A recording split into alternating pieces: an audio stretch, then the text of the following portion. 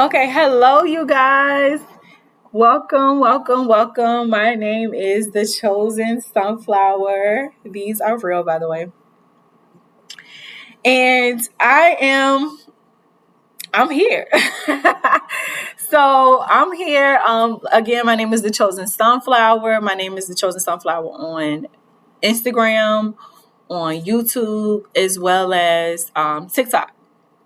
And so if you guys could follow me on those platforms, it would be great. If you guys could also comment and, engage with me on YouTube in the comments, that would be great as well. I also have a Facebook group called Black Girl Read, The Chosen Sunflower.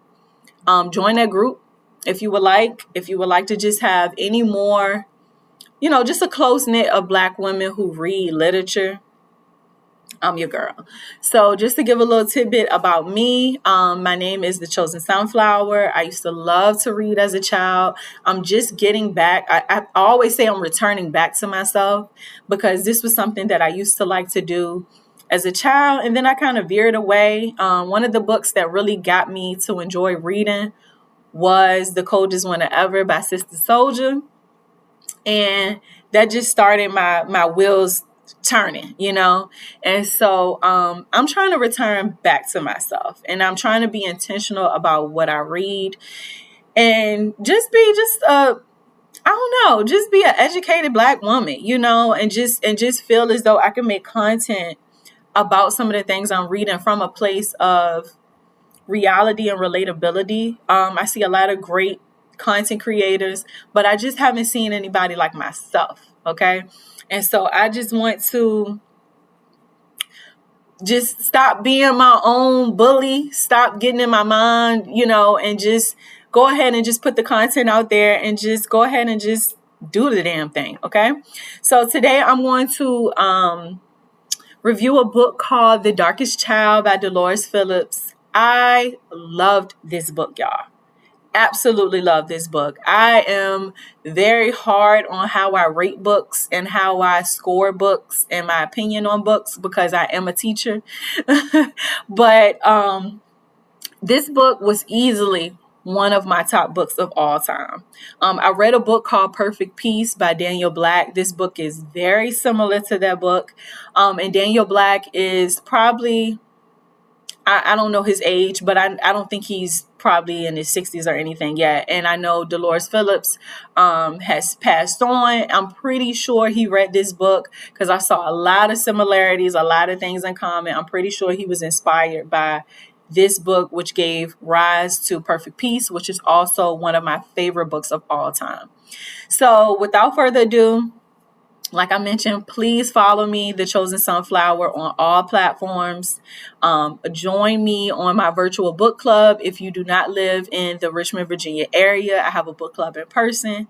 And stay connected, stay engaged. Let's do this. Okay.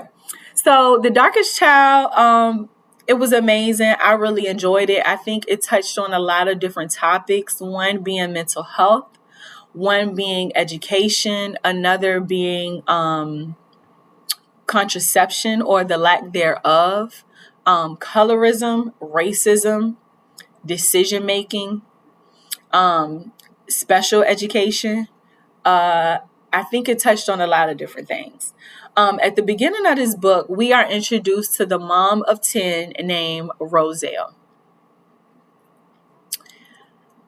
Roselle is batshit crazy, okay? And if I had to call it, I would say that Roselle probably is schizophrenic and has multiple personality disorder. If I had to name a few things wrong with her amongst many other things.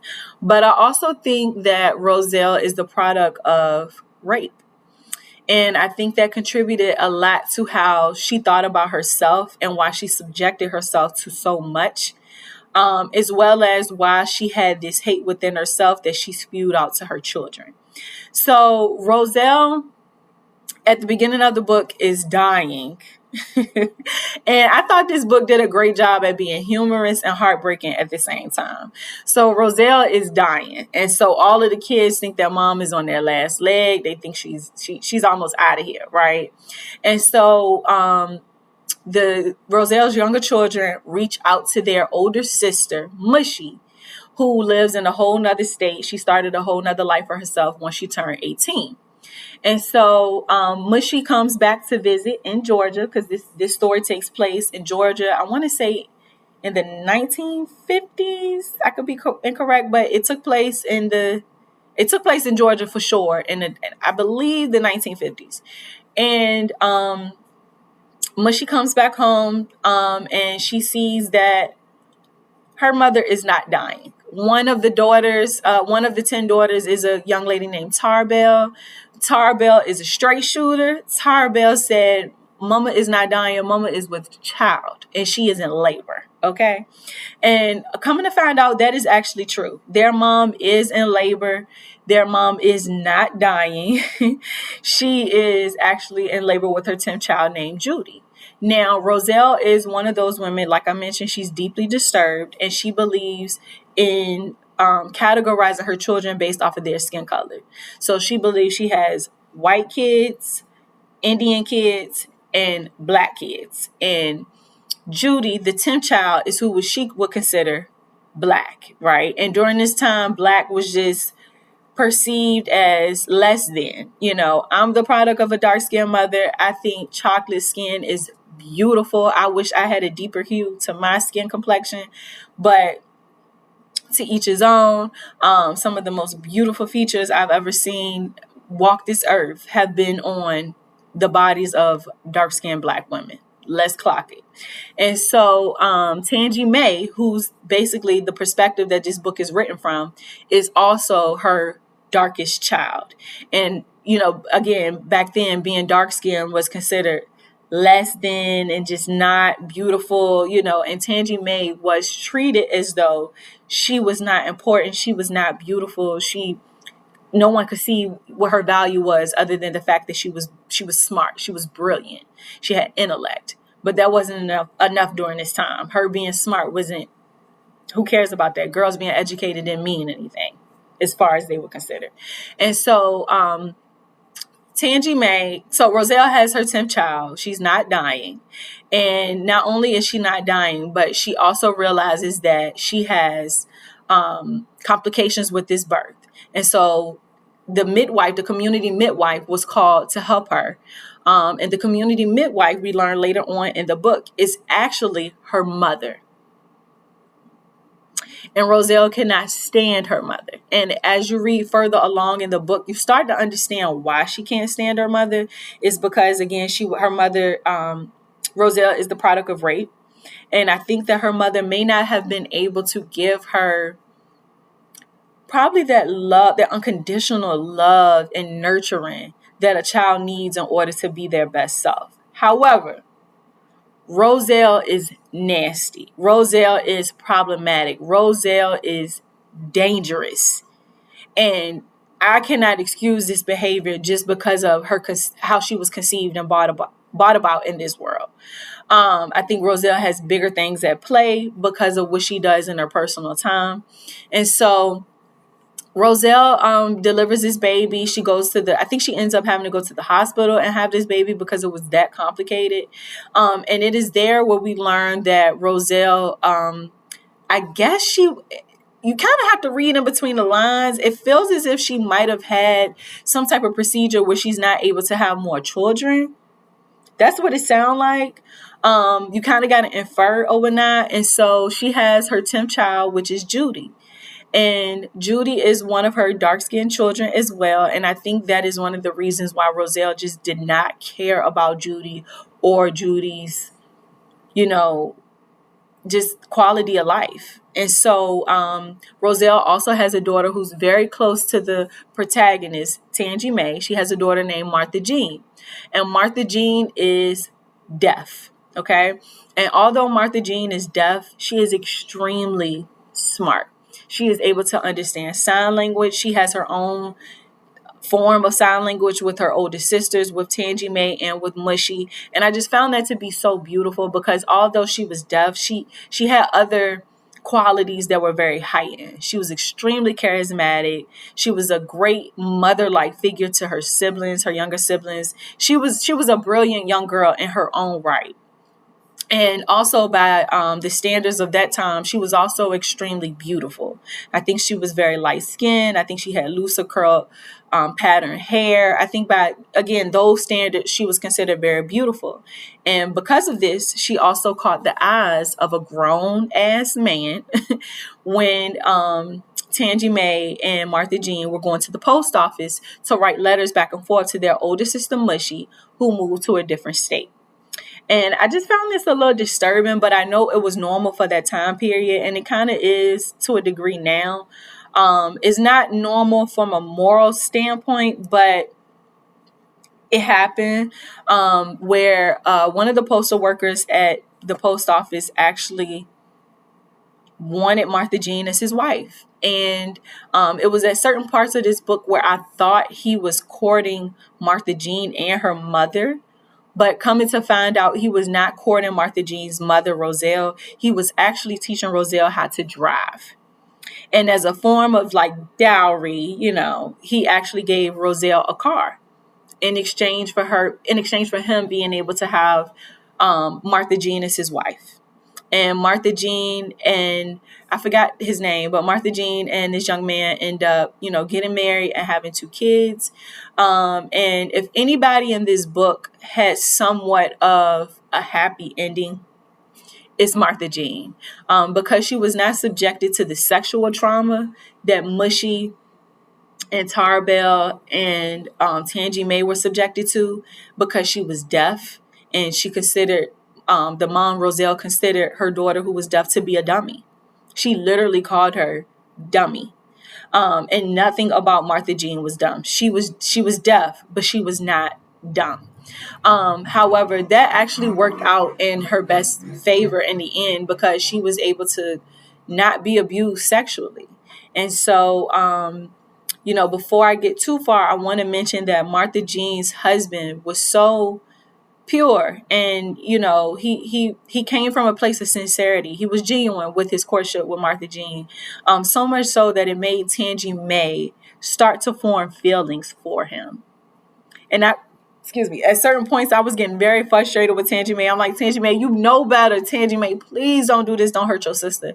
But these young girls had never really been around a man who didn't want anything from them, who weren't trying to subject them sexually, who weren't racist to them, who weren't colorist to them. So to see a man outwardly love their sister and not harm them in any way, I think it really did something to Tangi May's heart. I think it really made her very vulnerable.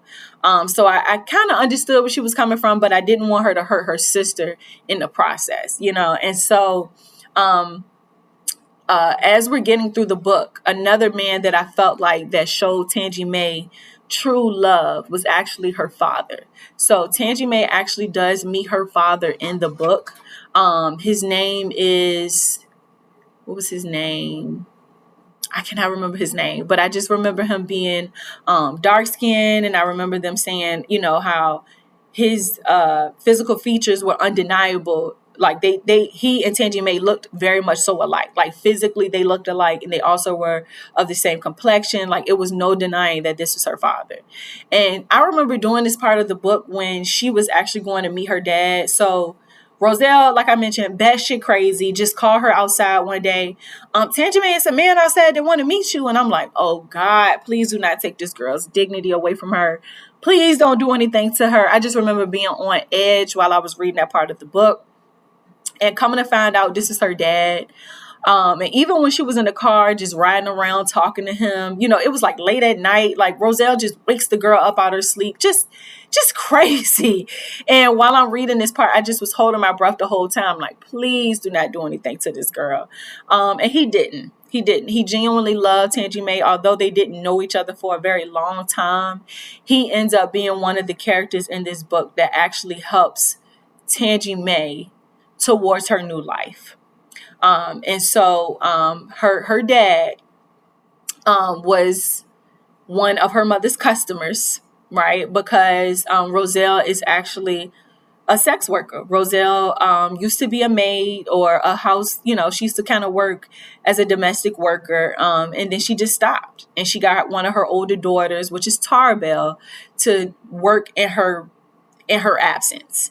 And, one thing that really bothered me with Roselle was that she would get her children to work for her, work on her behalf. She would get them to do sex work. She would take all their money. And then her sons, they didn't necessarily do sex work for her, but they would work as well, and they would give her all of their money. And I just found that just so deeply disturbing, because not only do you subject your children to some of the most worst living conditions, but you also take their money. You subject me and take my money, we're going to have a hard time. And, her kids just was so scared of her because she was such a violent woman. She was so just violent. I remember one scene, like I mentioned, Martha Jean is deaf. And, I would never forget this scene where Roselle was showing her children a box that she had hid under the floor. And she showed it to them, and she did not want them to touch this box. And it had me feeling like, what's in this box? Like, I thought it was a lot of money, or just, I thought it was something that was like a prized possession. And coming to find out, y'all, it was nothing but hair, some fucking hair in this box. Hair. Like something like some type of, superstition, that she basically was practicing. And I would never forget that Martha Jean, because Martha Jean couldn't hear her telling them not to touch the box. So I think Martha Jean like mistakenly touched it or went close to it. And she stabbed this girl so hard through the hand. I could hear the cry that Martha Jean had when I was reading this book, because like I mentioned, Martha Jean is deaf. And sometimes people who are deaf are, very loud, or, they can't hear. So unfortunately, they're not always able to sound quote unquote normal when it comes to using their words. And it was just like during this part of the book, I could hear Martha Jean, I could hear her weep, and the shriek in her voice from her being stabbed in the hand. Her mom using her as an example to tell the kids not to touch this box. And coming to find out, y'all, it was fucking hair. And I would never forget, Tarbell was like, you did all of this for some fucking hair in a box. God, that made me mad. Ooh, that made me mad. And so Tarbell is actually one of the older kids. She is one of the older daughters. She's older than Tangi May, but I think she's younger than Mushy. And at the beginning, I kind of was wondering as well, like, why is Tarbell so hard? But as you read the book, you realize that Tarbell is one of her children, one of her daughters that was subjected to so much sexual trauma. When Roselle would go to the farmhouse, which was actually, it was a whorehouse. It was a house where you would go to get sexual services. And she would drag her kid. What type of mother would drag their children to prostitute? Children, these young girls who barely know what a period is. They barely know what a menstrual cycle is. They barely know what it is and what it's not to get pregnant. You could tell, while reading the book, my heart ached for them, because these girls were so gullible and young and just so, precious and innocent, that they didn't even know all of the ways in which their own anatomy worked. And she would take them with her to this farmhouse. She would take Mushy, she would take Tarbell, she would take Tangi May, all at different times, because these girls are not all the same age. So she would take them at different points of their lives. But to know that they were subjected to that much sexual trauma was so deeply disturbing. And that is where I lost all respect for her as a mom. Contrary to the book Perfect Peace, where it's a mom in that book named Emma Jean. And Emma Jean had her shit with her too. But one thing I can say about Emma Jean is that I genuinely think that she truly wanted the best for her kids. I do not think Roselle wanted the best for her kids. I think Roselle wanted her kids to help her be better for herself, for her own selfish reasons. I don't think she cared about the quality of her kids. If she cared about any of her kids, I think it was one, and I think it was her son, Sam. And so Sam is one of her older sons. I think he might actually be her oldest child. Sam is one of those young men who was all for like uh, the black people movement, right? Like he really cared about civil rights. He really cared about the quality of care and the mistreatment that black people endured in that town specifically, but in general as black people in the South. And so Sam is hot-headed. Sam is one of those guys who, he stood on business. You touch him, he gonna touch you back. He was an eye for an eye type of guy, and I'm not mad at that. But that almost cost Sam his life. And so Sam, one day Roselle got on my nerves so bad, y'all. Roselle was taking one of her daughters down. She was taking Tangi May actually down to one of these houses where she heard that white people needed some more housework being done. And I think it was Wallace, her son Wallace, who was one of her younger sons, was telling her like, hey, I've heard that they already have somebody. They don't need anybody. She didn't care. She didn't listen. Roselle was very headstrong. She did what she wanted to. And to make a long story short, and I found this scene to be both humorous and again heartbreaking at the same time, because Roselle and her kids, Roselle and Tangi May are down there fighting the white people because the white people had disrespected Roselle so bad. I want to say they like closed the door on her or swooped the door, some kind of way the door caught into Roselle's eye. And Tangi May and Roselle were fighting. They were whooping them white people's ass, y'all. And they got beat up by some women, and it hurt their ego. And when Sam learned about this, and he learned that somebody put hands on his mom, he, eye for an eye. I want to say he like threw a brick. He did something. He matched their energy, and it cost him his freedom. And he had to go to jail. And recently, right before that, one of the guys in the town had been hung to death. It was a black guy who was also one of Sam's good friends, who was also, really deeply into the movement and the civil rights movement for black people in that town. They really wanted better conditions for black people in that town. And it cost Junior his life. And coming to find out, Roselle was partially responsible for this man's death. Even though she did not partake in the death, she was there when he was beaten and when he was hung. And throughout this book, she acted like she did not know this. And that was so heartbreaking for me, because Junior's death was kind of a microcosm of what was happening in America in general, and especially in the South in general during that time period. Black people were suffering at the hands of white people when they were just trying to do right.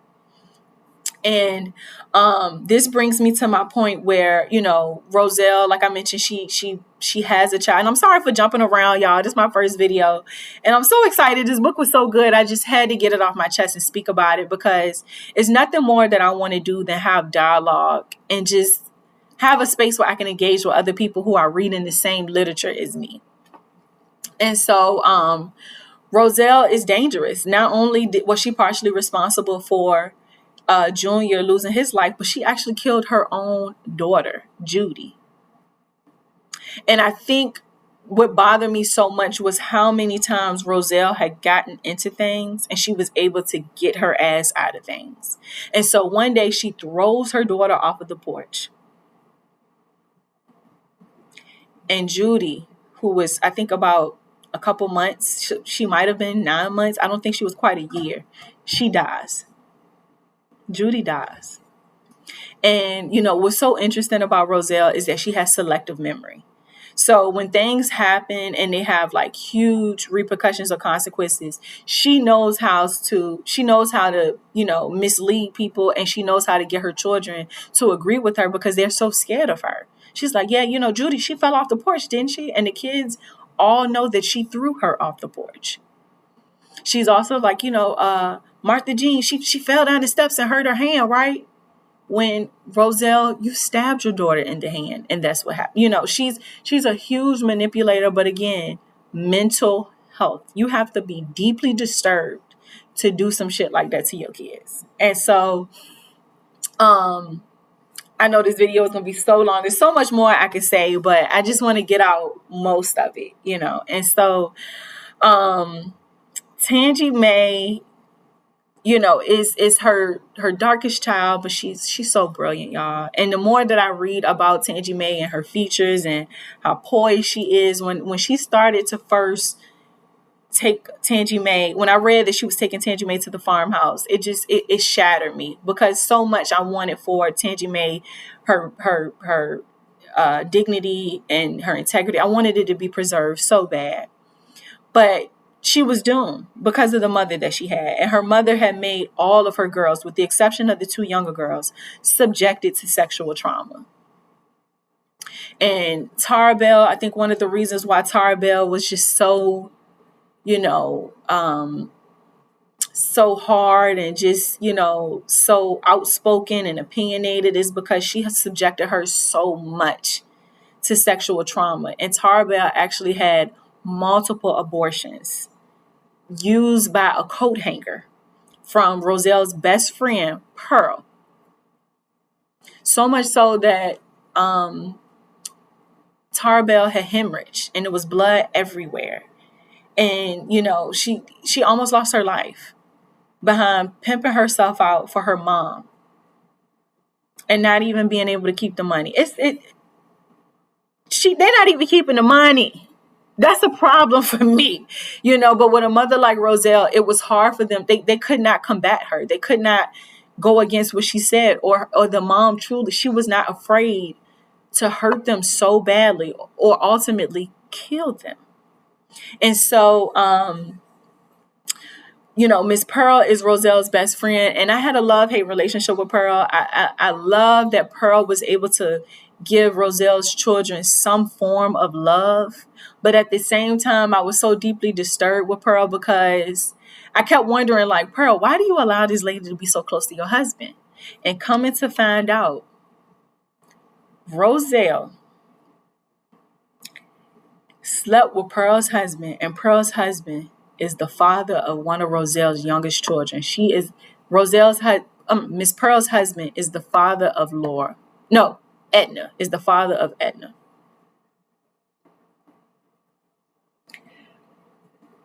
Roselle ain't shit, y'all. So Miss Pearl and Miss Pearl's husband ultimately raised Edna, and the way in which Roselle goes about things is just so tasteless, and it's so mean, and it's so spiteful. And Tangi May, she ends up basically being the sole provider of Laura during the end of the book. She ends up taking Laura with her when it's time for her to get on the bus after she graduates school and just start a new life, with her dad's side of the family. She moves to, I want to say, Nashville, and she starts a new life there. Unfortunately, the author of this book passed while she was writing the second part of this book. So you don't really get the full, and I wish so bad this book had a sequel, because Delores Phillips, she wrote the hell out this book. Lord knows she did. But I was able to read about 5 chapters at the end of the book that I have. And it gave some type of insight, but it didn't give enough. We were able to see that Tangi May ultimately is able to take care of Laura, and she takes her with her, and she meets her dad's mother, which is her grandmother. And, she's taking care of her grandmother, and that's ultimately how she, merges to the second part of her life. But we don't know any more after that. And so moving back, Tangi May also is able to, graduate high school. She's the first in her family to graduate high school. She's also going to be, she was asked by her teachers to help be a part of this process of integration during that time. Roselle denies it. That she's, why, I don't want all this attention to my family and all of that. So every opportunity that Tangi May ever had to be a better woman, to use education as her platform and her stepping stone towards upward mobility, Roselle completely dismantles it for her child. And that to me was just so deeply disturbing, because as a parent, you at least want your children to be better than what you were, but not Roselle.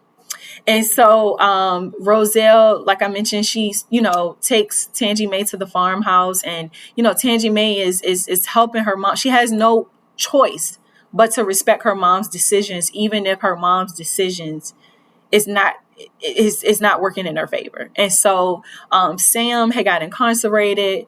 Like I mentioned at the beginning of this video, he got incarcerated, and Roselle used Tangi May as literal exchange to get her son out of jail. And and I felt so deeply for Tangi May, because as soon as she did that, she went to the farmhouse, and you can read the book, and you just see, just how violated she was by these grown men who work in what do you want to call it? Who work in, not corrections, but who work as, the sheriff and all of that of the town. You see these grown men engaging in sex with women so young. And as you read, what's so disturbing is that you realize that this is a lot of these men are so attracted to these young women because they're so young, because they're that young.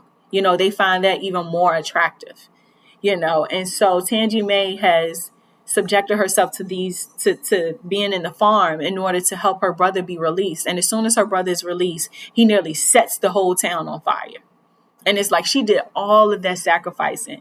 She gets such a bad reputation, which is heard in the school, which is heard around her friends, for her being promiscuous. All of this just for her brother to not be able to, relish in his freedom. And it's after that, after he sets the town pretty much, not the town, but the white portion of the town, some of the buildings or whatnot on fire, we don't really hear any more about Sam anymore. And so Tangi May, we just see how much she is able to sacrifice for her family, and it does not work in her benefit. And so if we fast forward even more, we also have a brother who I enjoy reading about, Wallace. Wallace seems very wise. Wallace also I think he's around Tangi May's age. I think he's a little younger. But Wallace was also able to kind of escape Roselle's just monstrous parenting, because he actually started to live with Roselle's mom and Roselle's mom's husband. He took care of Roselle's mom up until her dying day, once he found out that Roselle's mom was her mom. He actually started to stay there, and I think Wallace was able to have some peace. But one thing that I noticed is that Roselle's daughters suffered in a way in which her sons did not. I still was able to see how, the sons, for the most part, and I think she had an older son, I think it was Harvey, who was one of the older sons, who was very violent towards his wife, physically violent. He would beat her and things like that. But it seemed like all of the sons were able to have a piece of peace in the ways in which the daughters were not. And they were not subjected to this sexual trauma. Sexual trauma will destroy you as a young woman, and it can make you go one or two ways. So to see these young women still persevere, despite all that they were subjected to at the hands of their mother, was just I appreciated that. But I was still able to pick up on the ways in which these young women still had permanent mental repercussions from that sexual trauma. So for instance, I would say that Mushy reminded me a lot of her mom. She was feisty, but Mushy had a good heart. And that was the difference between Mushy and Roselle. Mushy liked to drink. She would drink herself to death. She was sleeping with a married man, but Mushy to me, I felt like Mushy had more sense. None of these girls in the family, none of them had a shitload of kids like Roselle. And I appreciated that about them. But Mushy was still able to have love in her heart. But the mere fact that she would even entertain a man who was married and whose wife would come back and forth to, their house. And the fact that Mushy even stayed in Georgia, and started a new life with a married man, it just goes to show how you can normalize trauma. And I think Tarbell was accused of being, I think, called a bull dyke, which I guess is like a bull dagger, like a gay woman. And I don't remember learning if that was true or not, because, Roselle would make up so many lies. You didn't really know what to believe. And I don't think that was necessarily the truth. But you see Tarbell also, she tried to, Tarbell ultimately wanted to leave when she was 18 as well. But when Roselle was, I want to say Roselle was arrested. I know Roselle had to go to a mental institution. And when she went to this mental institution, Tarbell just kept saying how she wanted to have a picnic with her mom. And I already knew that Tarbell was planning on killing Roselle. I just could feel it in my heart. And unfortunately, things did not go as planned. Although Tarbell wanted to kill Roselle, I think everybody who read this book wanted Tarbell to successfully kill Roselle. But ultimately, Roselle got the leg up, and Roselle set the house on fire that she lived in, that they used to live in, that shack, that piece of crap that they used to live in, and Tarbell actually burned in that house. And Roselle was just as nonchalant. She didn't care about it. It was like, I killed her before she killed me. It was so deeply, it was so sad because I wanted Tarbell so badly to make it out. I wanted Tarbell to make it out. And I definitely wanted Tangi May to make it out. And to know that Tarbell lost her life in a fire, and, Roselle at the end was like, yeah, well, she was a fireball or something like that. I wept, my heart wept for that, because I wanted Tarbell to have a beautiful ending to her story, or just to be able to be free on her own accord. I wanted that so bad for Tarbell. And then we also see through the daughter, one of the younger daughters, Laura. Laura is a thief.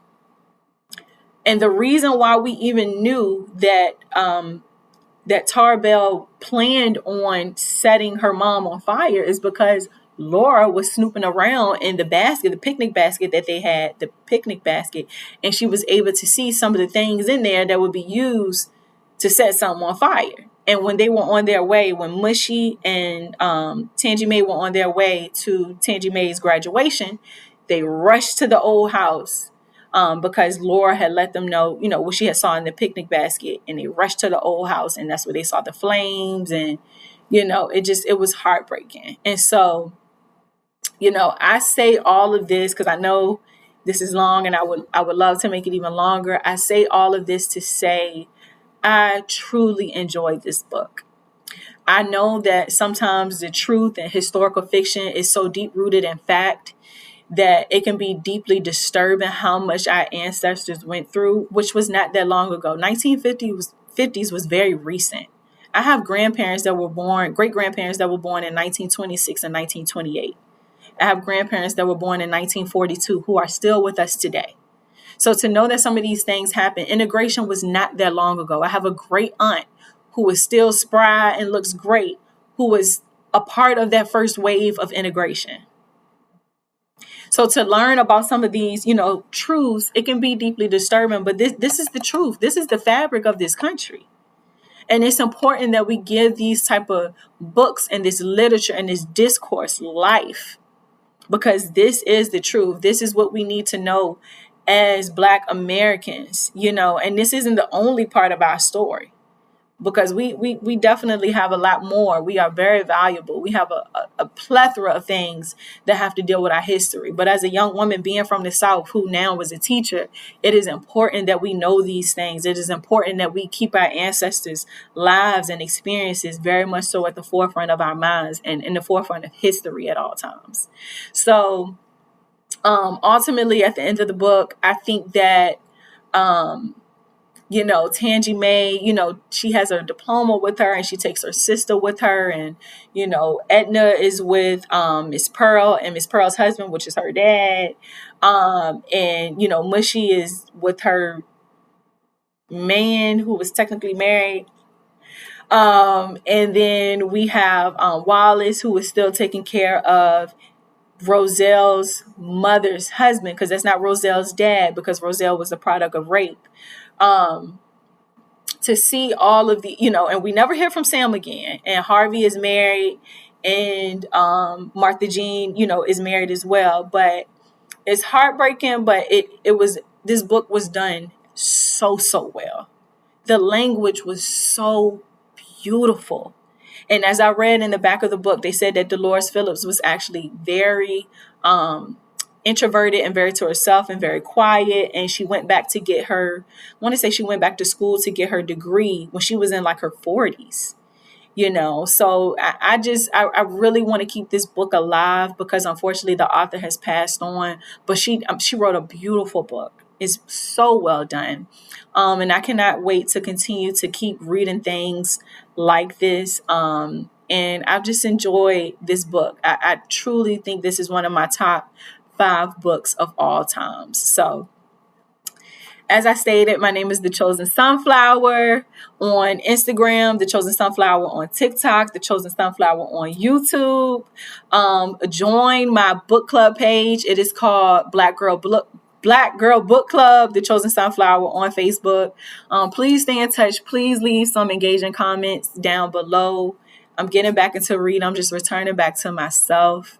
But thank you guys. I appreciate you. Thank you for supporting my first video. Love y'all. Take care, Black ladies. Bye-bye. Black women.